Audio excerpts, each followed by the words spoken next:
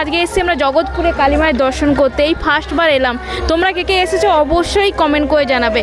এই ফার্স্ট আমরা কিন্তু এলাম জগৎপুরে কালী মাতার মন্দিরে দর্শন করতে, যেটা নিউ অক্ষয় ধাম, মানে দ্বিতীয় অক্ষয় ধাম।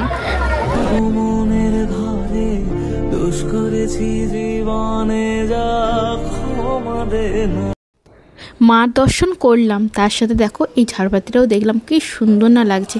যেহেতু একটু সন্ধ্যের টাইমে আমরা গেছিলাম, সেহেতু দেখলাম যে খুব সুন্দর লাইটিংগুলো জ্বলছে। আসার সময় কিন্তু লাইটও সব চারিদিকে জ্বলে উঠেছিল।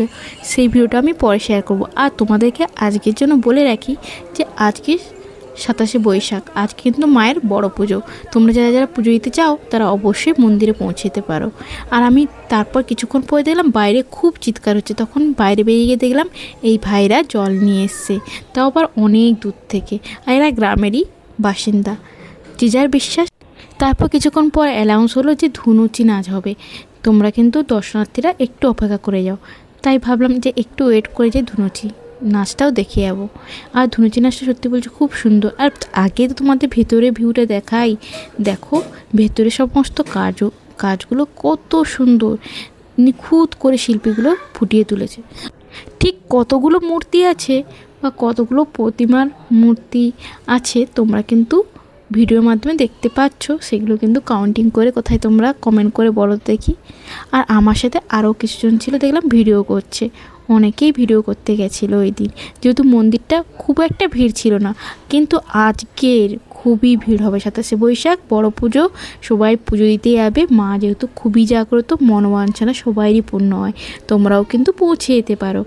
আর দেখো উপরের দিকে দেখেছো আমি ক্যামেরাটা কীভাবে ধরে নিয়ে ভিডিওটা করছি, নিজে হাতে ভিডিও করছি। হয়তো অতটা ভালো পারফেক্টভাবে তোমাদেরকে দিতে পারছি না, কিন্তু তোমরা যদি একটু সাপোর্ট করো আমি আরও ভালো ভালো ভিডিও দেওয়ার চেষ্টা করব। আর দেখো উপরে সমস্ত লাইটগুলো যে দিয়েছে কত সুন্দর লাগছে। প্রত্যেকটা মানে ঠাকুরের মূর্তিগুলো খুবই সুন্দর করেছে।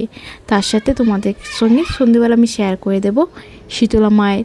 শুধু ওখানে মা কালী মা নয়, মা শীতলারও কিন্তু ওই দিন প্রতিষ্ঠা ছিল। আর ওখানে ভোগ প্রসাদও খাওয়ানো হয়েছিল। যেহেতু আমি বিকেলবেলা গিয়েছিলাম, তাই আমি সেই ভিডিওগুলো তোমার সঙ্গে শেয়ার করতে পারলাম না। হয়তো দুপুরবেলা গেলে হয়তো শেয়ার করতে পারতাম, কিন্তু এতটাই রোদ ছিল যে বাচ্চা নিয়ে যাওয়া সম্ভব ছিল না। আর যদি দুপুরবেলা যেতাম তাহলে কি এতক্ষণ থাকতে পারতাম? থাকতেও পারতাম না।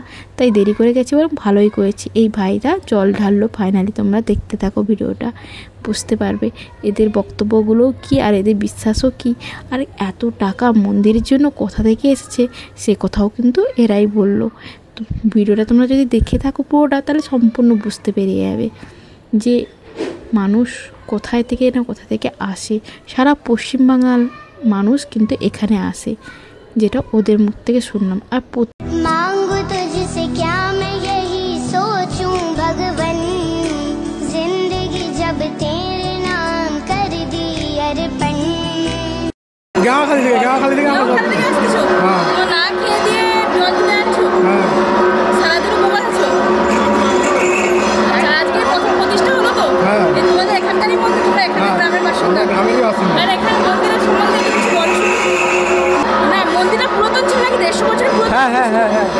এই বছর রূপায়ণ করা হয়েছে। এই বছর 5 কোটি টাকা। 5 কোটি সব কি গ্রামের বাসিন্দারা দিয়েছে? সব গ্রামের বাসিন্দার, আরও অন্যান্য যারা মন্দিরের জন্য মানত করেছিল তারাও। আরও অনেকে মানত করা ছিল, মানে অনেকে যারা যেরকম ভাবে সেরকম, যে মানত করে এরকম করে দিয়ে। এইটা কিন্তু মন্দিরের সদর দরজা, বুঝতে পারলে তো কত বড় দরজা আর কত সুন্দর কাঠের মধ্যে কাজ করা। যেহেতু নতুন মন্দির, একদম দরজাটাও কিন্তু পুরো একদম ঝাঁ চকচকে লাগছিল। আর মন্দিরের ভিতরে যে লাইটিংগুলো ছিল সত্যিই খুব সুন্দর লাগছিল। তোমরা অবশ্যই কিন্তু গিয়ে দেখবে। আর এই দেখো ধুনুচির নাচ কিন্তু আরম্ভ হয়ে গেছে। ধুনুচির নাচ দেখার জন্য দর্শনার্থীরা কিন্তু সবাই জমায়েত হয়ে গেছে মন্দিরের সামনে। যারা যারা মন্দিরের ভেতরে ছিল তারাও কিন্তু বেরিয়ে চলে এসছে ধুনুচির নাচ দেখার জন্য। আর এই দাদুরা ধুনুচির নাচ নাচছে, উনি একাই নাচবেন, কিন্তু কত সুন্দরভাবে নাচছে। তোমরা ভিডিওটা দেখো শুধু। হয়তো পুজোর দিন তোমরা গেলে আরও অন্য কিছু দেখতে পাবে, কিন্তু এই জিনিসটা হয়তো দেখতে পাবে না। আর যেহেতু প্রতিষ্ঠার দিনই এটা ধুনুচির নাচ হচ্ছিলো, তারপরে উনি কিন্তু ভিতরে গিয়ে ঠাকুরের কাছেও কিন্তু ধনুচি নাচ নেচেছিলেন। আমি সেই ভিডিওটা ক্লিপটা পরে তোমার সঙ্গে শেয়ার করব। আর দেখতে পাচ্ছ কত সুন্দর করে ডান্স করছে সবাই। এই মনোরম দৃশ্য দেখে আমাদের মনটা সত্যিই খুব ভালো হয়ে গেছে। এত স্পিডে ছুটছে দেখো। তোমাদের ভিডিওটা কেমন হলো একটু কমেন্ট করে।